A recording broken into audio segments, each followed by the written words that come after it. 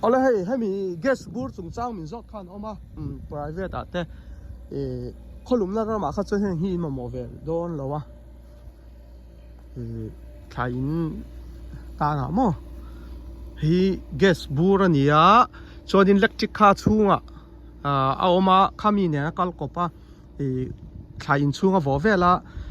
guest kha electric kha mai talanga khana changta alo tre ka kha gas kha ti ala khatia thain chung tilum hal thai kha ania chumi bur chu ni chan kan hung ha ka ron tilang towa kan en nange ala tamem a hek ala omani ke ka da sang tuk lawa hei ala tam mo kami retan ya hian kan khol turan ya khol turan tia chuanin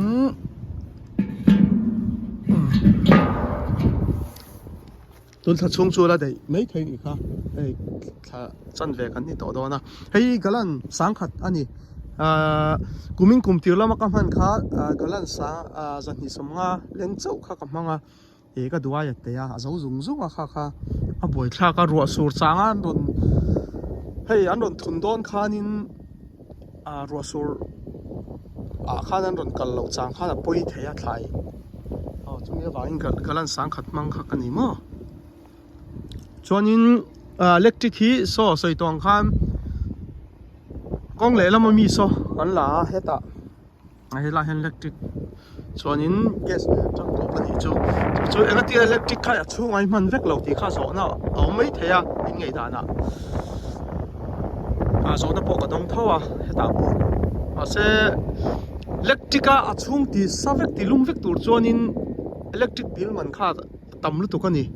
chu wang chuan gas kha a claim zo ka bill chu wang chuan electric kha ka mangam lo ni chu that lo kha du thang don tai la kan seng so te nen mo electric bill le gas a po gas ka thang jok thawa in ang reng po ni sela gas ka thang jok thau ka ringa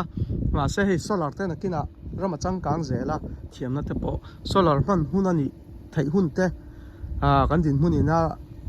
a pha ni chuan solar man te kha chu du thu sam ber tur chu nianga chu ani chonin thai chung chang kha hei enge tang kai na intimate theya ai zona kha tamang renga private ate group ate mo mun tang sanga kan omna hianin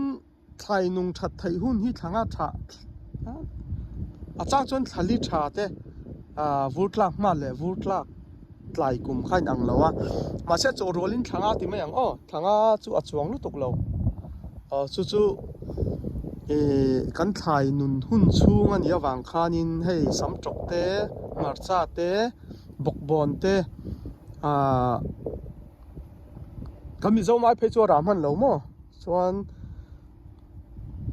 enge ka ti leng be loi ka soi tem kha tiang te kha an ra ve duangin an ara kha kan ei man lo ani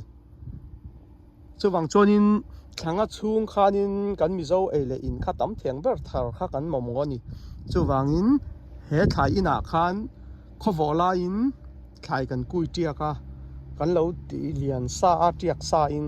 chon khovo aron re chan tia khanin pona kan phun chuak ka khati chau khanin hei kan mi zo ei le in mo kan mi zo chome sam tok bok bon mar cha te kha tam tak kan thar ve thei chau ani chu tun ma tam ka thian te khan tianga ming mera soi po ngai chon lo khang kha chu kha tiang te khanin ka hlotling thei lo na chance kha i hlotling do lo min ti na chance te po chan te po khania ma se hei pathian zara thain te kan neya kha tiang ani kha chuan minan ti lo na kha chu ti om chun te kha kan hlok don